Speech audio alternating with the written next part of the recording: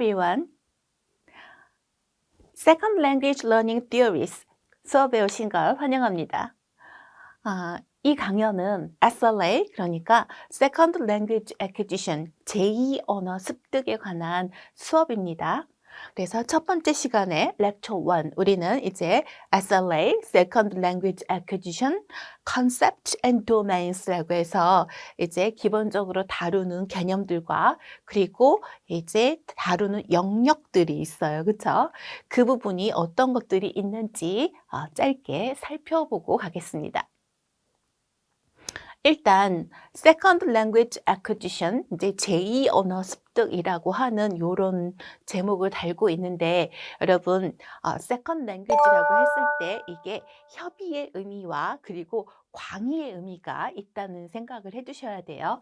협의의 의미일 때 Second Language는 ESL이라고 할 때 Second Language라고 생각을 하시면 돼요.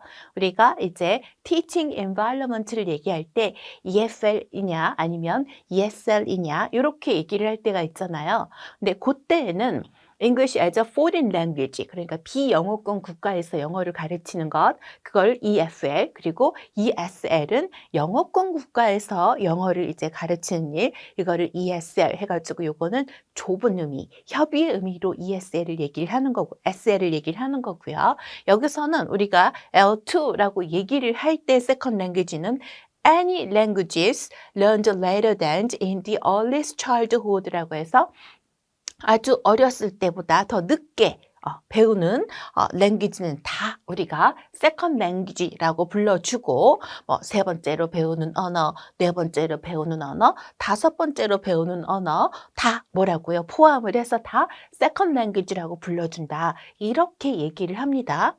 물론 EAL이라고 하는 표현도 써줘요. 이거는 English as an Additional Language라고 해서 이제 mother tongue 이외에, 즉 L1 이외에 그 뒤에 더해지는 언어들은 다 총칭을 해서 이제 EAL이라고 하는 표현도 써주긴 합니다. 그러나 이제 우리 이제 요 부분, 그러니까 이 언어 습득론 쪽에서는 Second Language하고 계속해서 부르고 있죠. 그럼 이 개념을 가지고 Second Language Learning이 뭐냐를 보시면 The learning of any language to any level 이라고 해서 어떤 수준으로든지 그쵸? 어떤 언어를 학습하는 걸 얘기를 하는데 provided only that the learning of the second language takes place sometime later than the learning by infants and very young children of their first languages라고 해서 자신들의 모국어를 배우는 유아들과 아주 어린 아이들, very young children은 이제 보통 만 5세까지를 얘기를 하죠. 그렇죠? 그런 어린이들에 의해서 배우는 것보다도 더 늦게, 그렇죠? 요 시기보다도 더 늦게 sometime 어느 시점에서 벌어지는 두 번째 언어의 학습을 second language learning이라고 해준다라고 정의를 하고 넘어가고 있습니다. 그래서 이제 여기 어린 시절, 이제 first language도 지금 보면요, 복수형도 나와 있잖아요. 그쵸? first language를 보통은 하나를 배우지만 두 가지 언어를 동시에 배우는 아이들도 존재하기 때문에 여기다가 first language 하고 S 복수형도 써놓은 거예요. 그리고 from around the age of 4라고 해서 보통 한 4살경 정도부터 배우는 걸 이제 early childhood라고 얘기를 해준다는 거죠. 그렇죠? 그래서 이게 뭐라고요? 우리가 생각하는 기본적으로 이제 이 second language acquisition에서 깔고 들어가는 개념들입니다. 자, 이제 스폴스키라고 하는 사람이 1989년도에 이 Second Language Learning의 General Model이라고 하는 것을 만들었어요. 이게 이제 그 SLA의 도메인이거든요. 즉 SLA에서 다루는 영역들인데 크게 얘기를 한 겁니다. 보시면 일단 이 SLA에서 이 짚고 가야 되는 영역들이 이제 Social Context 같은 게 있고요. 요거 social context, 사회적인 맥락이라고 하는 게 있죠. 이 외국어 학습에. 그리고 social context는 provides 하고 지금 보면은 뭐예요? learning opportunities, 학습 기회를 제공을 하는 것과 관계가 있죠. 그게 formal한 learning이건 아니면 informal한 learning 이건 간에 즉 공식적인 제도상에서 이 외국어를 배우는 것 그게 이제 formal learning opportunities가 될 거고 informal learning opportunities는 개인적으로 본인이 그냥 배우고 싶어서 배우는 그런 학습 기회들 얘기를 할 거예요. 그렇죠? 그러면 이제 여기 소셜 컨텍스트 아래에는 뭐가 있냐면 보시면 attitudes or various of kinds라고 해서 다양한 종류의 언어를 바라보는 태도들이 존재를 해요. 이거는 which appears in the learner 학습자에게서 어떻게 뭐로서 드러나냐면 motivation, 동기라고 하는 부분으로 드러나게 되어 있죠.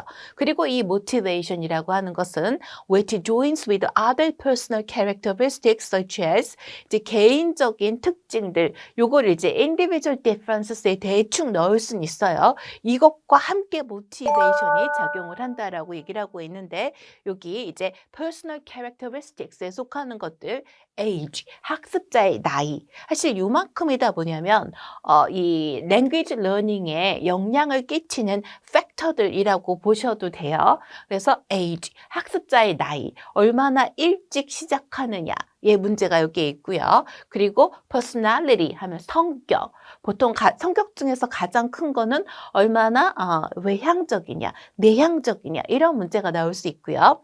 capabilities, 그리고 가지고 태어난 능력들이 존재하죠. IQ라든가 그렇죠? 다른 인지적인 능력들 또는 다른 심리적인 요인들이 있을 수 있습니다. 그리고 previous knowledge 하면은 이 사전 지식들 이런 것들도 영향을 끼치죠.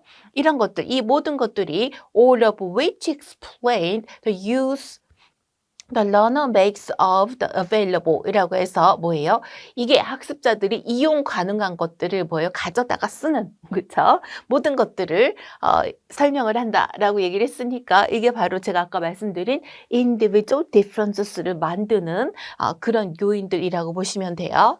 그리고 여기 맨 마지막에 learning opportunities가 아래로 내려가면 뭐가 있냐면 linguistic and non-linguistic outcomes for the learner라고 해서 이제 이런 것들이 합쳐지면 마지막에 이게 이제 linguistic outcome, 어떤 언어적인 결과물 또는 non-linguistic, 비언어적인 그런 결과물들도 학습자에게 나오게 되죠. 그렇죠? 요거 이제 보시면 언어를 배운다고 언어만 배울 수 있는 건 아니고 다른 것들, 문화적인 요소 또는 사고방식의 변화 이런 것들도 따라오기 때문에 linguistic and non-linguistic outcomes가 너에게 마지막으로 나온다라고 얘기를 할 수가 있습니다. 그래서 이런 영역들을 이제 하나씩 우리가 보게 될 거죠. 이 위에도 사실은 다른 이제 이슈들이 SLA에 존재는 합니다. 그 부분들도 하나씩 다루긴 할 거예요. 자, 그럼 이제 language라고 하는 파트로 가서요. 일단 우리를 as human beings, 인간으로 정의를 해주는 것은 무엇인가라고 하면 분명히 language라고 얘기를 할 수가 있겠죠. 그렇죠? 옛날에는 인간만이 언어를 구사한다라고 얘기를 했지만 더 이상은 인간만이 language를 구사한다라고는 얘기하지 않습니다. 다른 종들도 언어를 구사를 하기는 한다고 얘기를 하죠. 다만 이제 기초적인 레벨로 한다고 얘기를 하죠. 그렇죠? 그거보다는 어쩌면 유발 하라리가 얘기한 인간이 이제 문명을 일구어낸 능력을 뭐라고 이제 봤냐면 그 사람은 스토리텔링이다라는 얘기를 하고 있거든요. 근데 사실 스토리텔링도 랭귀지로 한 거니까 밀접한 관계가 있다라고 얘기를 할 수 있는데 스토리텔링을 할 수 있는 능력이 인간을 다른 종들과 확연하게 구별시켜지는 준 지점이다라고 호모사피엔스라고 하는 책에서 얘기를 하고 있잖아요. 그래서 이제 그 랭귀지를 가지고 스토리텔링을 할 수 있는 능력이 어쩌면 인간이라고 하는 종을 굉장히 유니크하게 만들어주는 지점이라고 생각을 하셔도 될 것 같아요. 결국 the ability to produce and understand language 하면은 이제 언어를 만들어내고 이해할 수 있는 능력이죠. In order to satisfy our communication needs. 그래서 우리의 이 의사소통상의 욕구를 충족시키기 위해서 언어를 만들어내고 이해하는 능력은 is our most prized human ability. 즉 인간이 가지고 있는 능력 중에서 가장 귀중한 prized라고 했으니까요. 능력이다라고 얘기할 수 있고요. 사실 이 언어 능력이라고 하는 건 동시에 어디에 의존하고 있어요. Relying on unique brain circuitry라고 해서 우리 뇌의 신경망들이 이렇게 돌아가는 그 구조의 기제에 사실 의존을 하고 있죠. 그리고 이제 it has probably played a decisive role in our evolution as a species라고 해서 뭐예요? 언어는 아마도 인간의 진화하는 것, 진화하는 과정 또는 뭐예요? 진화의 이 종으로서의 진화에 가장 결정적인 역할을 아마도 했을 거다라고 얘기를 하면서 인간의 존재를 규정하는 여러 가지 라틴어 표현들이 있지만 homo loquens라고 하면 이게 말하는 사람들이란 뜻이에요. 그래서 homo loquens로서의 이제 인류를 얘기를 하고 있고요. It is a language that ignites a uniquely human spark라고 해서 독특하게 인간으로서의 광채를 발화시키는 것, 점화시키는 것은 언어이다. 즉 인간을 가장 인간답게 만드는 것은 언어이다라는 말을 이제 이분이 한 거죠. 닥터 엘리자베스 스페어크라고 하는 분이 PBS와의 인터뷰에서 또 이런 말을 했습니다. 그리고 이제 결국 이 말의 뜻이 뭐냐면 it distinguishes us from other species. 인간을 다른 종과 구별해 준다. 이런 말을 하고 있죠. 네. 그리고 multilingualism, 다언어주의. 이게 it's another fundamental dimension of the human condition. 즉 인간이 그 살아가는 상태에서 굉장히 또 하나의 근본적인 차원이다. 동물들은 다언어가 아니라는 거죠. 그렇죠? 인간은 여러 개의 언어를 할 수 있어요. 그게 이제 인간만이 가지고 있는 사실은 조건이기도 해요. Whether two or more languages from childhood or one mother tongue and another language added later. 이거 뭐냐면 여기서 멀티링구얼리즘이라고 하는 거를 어린 시절부터 2개 이상의 언어를 배웠건 아니면 뭐예요? one mother language, 모국어 하나를 가지고 있다가 다른 랭귀지가 뒤에 더해졌건 간에 상관없이 멀티링구얼리즘은 이 인간 컨디션의 아주 근본적인 부분이다라고 얘기를 하고 있고요. 그리고 세상에는 사실은 there are multilinguals than monolinguals. 한 가지 언어를 하는 사람보다는 여러 개 언어를 하는 사람들이 더 많습니다. 그래서 이제 2012년 그로스진에 따르면 the extent of bilingualism is significant라고 해서 사실은 이 이중 언어자들의 범위가 굉장히 눈에 띌 만큼 유의미한 숫자가 있다는 거죠.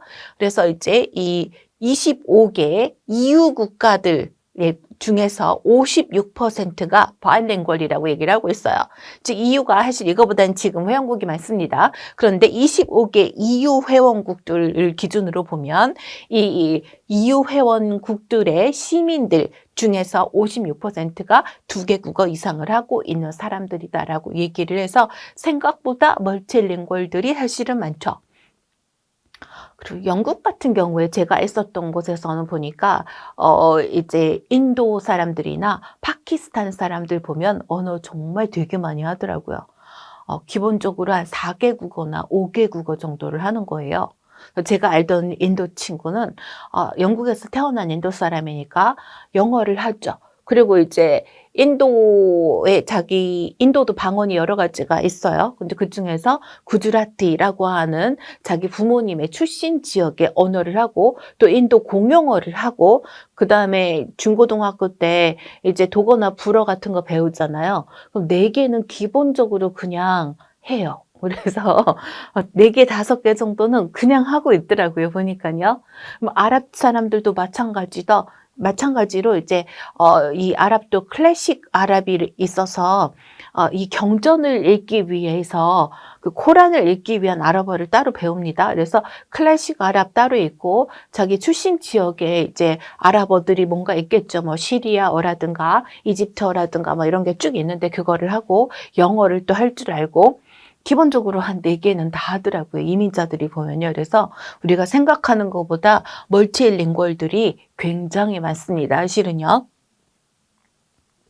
자, 그리고요, 이제 이 모든 탐구들, inquiries, 질문이라고도 얘기를 할 수 있는데, 이제 이런 모든 우리가 가지고 있는, 그쵸? 이 탐구 영역들, 의문들, 그쵸? 이런 것들은 다음과 같은 근본적인 질문으로 이어진다고 생각하시면 돼요. 즉, 우리가 랭귀지가 이렇다더라, 또는 그리고 랭귀지 학습에 관련된 분야들이 이런 것이 있다더라라고 할 때, 우리가 생각해 봐야 하는 질문은 뭐냐면, What is knowledge of language? 우리가 랭귀지를 학습한다고 한다면 학습한다고 하는 언어 지식이라고 하는 건 뭔데? 라고 하는 질문이 있을 수 있고요. 그 다음에 How is that knowledge acquired? 그 knowledge는 그러면 어떻게 습득이 되는데, 학습이 되는데 이것도 물어볼 수가 있는 거죠. 그렇죠? 그리고 how is that knowledge put to use? 그 knowledge는 즉 언어 지식이라고 하는 건 어떻게 사용 속으로 넣어지느냐라고 하는 말은 그 언어를 배워서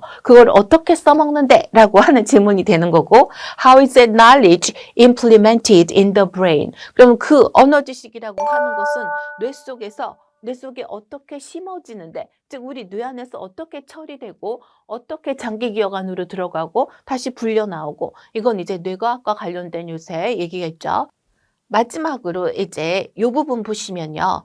요 knowledge가 어떻게 되는 거냐면 SLE에 relevant하지 않은 질문이기는 하지만 이건 뭐냐면은 이 종, 즉 인간이라고 하는 종에서 이 knowledge는 어떻게 emerge 하는가라고 하는 부분은 L1에 대한 얘기죠. 즉 SLA, Second Language Acquisition이 아니라 First Language Acquisition하고 관계가 있는 건데 그 종, 즉 인간이라고 하는 종에서 이 언어 지식이라고 하는 것은 어떻게 발생하는가, 어떻게 부상하는가라고 하는 말은 사실 R1은 어떻게 발생을 하는가라고 하는 질문이 사실 SLA를 얘기를 할 때 다루지 않을 수 없는 질문이기도 하잖아요. 왜냐하면 L1 acquisition하고 이 SLA, Second Language Acquisition은 같은가 다른가 하는 이슈가 있기 때문에요. 그래서 이 정도들의 질문들을 사실은 랭귀지 학습에 관련해서 우리가 질문해 볼 수 있다고 생각하시면 될 것 같습니다.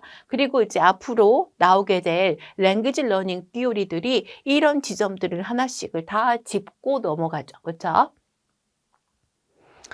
촘스키는 2005년도에 이런 얘기를 했습니다. 랭귀지 디자인에는 세 가지 요소가 있다고 얘기를 했어요. 그래서 genetic endowment라고 하는 건 유전적으로 타고나는 것 이런 부분이 있고, 물론 이제 이거는 우리가 언어를 할 수 있는 능력을 타고난다라는 말도 되지만 동시에 언어 적성이라고 하는 것과 인지적인 어떤 능력 이런 것들은 타고나는 부분이 맞거든요. 그렇죠? 물론 L1은 모국어는 이런 개인의 차이와 individual difference 차이 없이 누구든지 다 L1은 학습합니다. 그렇죠? 근데 그래서 이제 특히 L2에서 어떻게 보면 이 genetic endowment가 더욱더 중요해지긴 하거든요. 그 다음에 experience. 이 언어에 얼마큼 노출되는가? 우리 부모님은 그쵸? 어떤 언어를 하는 사람인가? 이런 것들 모두 다 이제 경험이라고 볼 수가 있습니다. 그리고 principles not specific to the faculty of language라고 해서 언어라고 하는 기능에만 특정되지 않은 원리가 있다라고 얘기를 했는데, 이거는 뭐냐면 학습 전반에 해당이 되는 다른 원리들이 있어요. 즉 언어도 우리가 학습을 하잖아요. 그러면 언어만 우리가 학습하는 게 아니라 다른 것들도 많이 학습을 하거든요. 그쵸? 그래서 학습과 관련된 여러 원리들이라든가 아니면 학습자 유형이라든가 이런 것들은 언어라는 기능과 하고만 관계가 있는 건 아니에요. 그래서 다른 그런 학습과 관련된 여러 가지 원리들, 요 세 가지가 움직여야지만 랭귀지가 이제 나온다고 얘기를 하고 있는 거죠. 이제 세 가지 요소를 좀 더 자세히 설명을 하자면 first factor는 뭐냐면 knowledge of language, 그 언어 지식이라고 하는 것은 critically relies on innate biological endowment for language known as universal grammar라고 해서 이거 보편 문법 줄여서 보통 UG라고 하는 건데 뒤에 나올 겁니다. 이 UG라고 알려져 있는 이 언어에 대한 타고난 뭐예요? 선천적인 생물학적으로 갖고 태어나는 자질에 아주 중요하게 의존하고 있다라고 이제 얘기를 하면서 일단 뭐예요? 타고나는 게 있다. 이게 이제 첫 번째 부분이고요. genetic endowment에 대한 설명이 이겁니다. 그리고 두 번째 팩터를 보시면 language acquisition depends on abundant comprehensible input available to the language learner라고 해서 이 언어 학습이라고 하는 것, 습득이라고 하는 것은 이 언어 학습자에게 이용 가능한 이해 가능한 인풋 풍성한 이해 가능한 인풋에 달려 있다라고 얘기를 해서 여기가 experience, 즉 경험이라고 하는 것을 촘스키는 뭐라고 얘기를 한 거예요? 이해 가능한 인풋을 얼마나 받을 수 있는 경험인가라고 얘기를 하고 있는 거죠. 다음 세 번째 보시면 third factor 보시면 generic principles of good design that are not specific to the language faculty라고 해서 이 언어라는 기능에만 특정되지 않은 good design 이런 학습을 위한 디자인의 일반적인 원리라는 게 있다는 거예요. such as principles of data analysis라고 해서 이제 데이터를 분석하는 원리 그 다음에 and principles of efficient computation are subsumed라고 해서 뭐예요? 이게 뭐 데이터를 분석한다든가 아니면 효율적인 computation 사실 계산인데 이런 계산의 원리와 같은 이런 일반적인 원리들이 이제 가정이 되고 있다, 밑에 깔려 있다라고 얘기를 하고 있습니다. 그래서 학습과 관련된 다른 기능들이 깔려 있다. 이렇게 보시면 됩니다. 그리고 네 번째, levels of language라고 하는 게 있어요. 그러면 이제 이거는 뭐냐면 language learning이라고 하는 건 words로 시작을 하는가, 단어를 배우는 것으로 시작을 하는가, 아니면 pragmatics, 활용론, 즉 이거는 어떻게 언어를 어떤 상황에서 사용하는가의 문제가 활용론인데요. 이것과 함께 시작이 되는가? 이런 질문도 있을 수 있고 그리고 syntax하고 morphology, 통사, 이게 문법과 가장 가깝죠. morphology, 형태론이죠. 이 두 개를 통제하는 것, 이게 commonly seen as central to language learning. 보통 우리가 언어를 배운다고 그러면 문법과 형태, 그쵸? 일단 이 두 개를 합해서 문법이죠. 이거를 이제 제어할 줄 아는 게 랭귀지 러닝이 되게 핵심적인 부분이라고 흔히들 보죠. 그리고 L2 pragmatics. 또 어떤 게 들어가냐면 이제 세컨드 랭귀지와 관련된 활용론, lexical development, 어휘 발달, and phonology라고 해서 음운 이런 영역들도 commonly treated in semi-autonomous way라고 해서 이런 부분들은 거의 뭐 절반 정도는 뭐예요? 자동적인 방식으로 treated 뭐예요? 처치가 된다라고 하는 말은 학습을 하다 보면 이런 부분들은 절반 정도는 그냥 무의식적으로 알아서 자동적으로 습득이 되는 부분이다라고 얘기를 하고 있는 겁니다. 그리고 현재는 이 언어 학습에 대해서 얘기를 할 때 integrating the lexicon with morphosyntax라고 해서 우리가 기존 내 문법의 영역이라고 불렀던 이 형태 통사론 이거 여기에다가 어휘를 통합시키는 방식으로 가르치고 있다라고 얘기를 하고 있습니다. 이거는 뭐냐면요. 이제 렉시컬 그래머가 나오면서 그쵸? 이제 어휘 안에 문법적인 요소가 다 들어가 있다라고 하는 그런 입장이 있잖아요. 그쵸? 그래서 이제는 어휘에다가 기존의 모포신텍스를 통합시켜서 가르치는 방식으로 언어를 가르치고 있다라고 보시면 될 것 같습니다. 네. 자, 이게 이제 참고 문헌들 목록이니까 쭉 보시고요. 특히 촘스키의 요 이제 Three Factors in Language Design 한번 봐주셨으면 좋겠고, 그 다음에 이제 슬라바코바의 이 Second Language Acquisition이라고 하는 책 주로 참고를 했습니다. 네, 이렇게 해서 SLA의 컨셉과 도메인에 대해서 이제 우리가 이 SLA 수업의 문을 열면서 기본적으로 먼저 깔고 들어가야 하는 개념들 한번 정리를 해봤습니다. 이제 두 번째 렉처부터는 이 Language Learning Theory들을 하나씩 다뤄볼 겁니다. 네, 수고하셨습니다.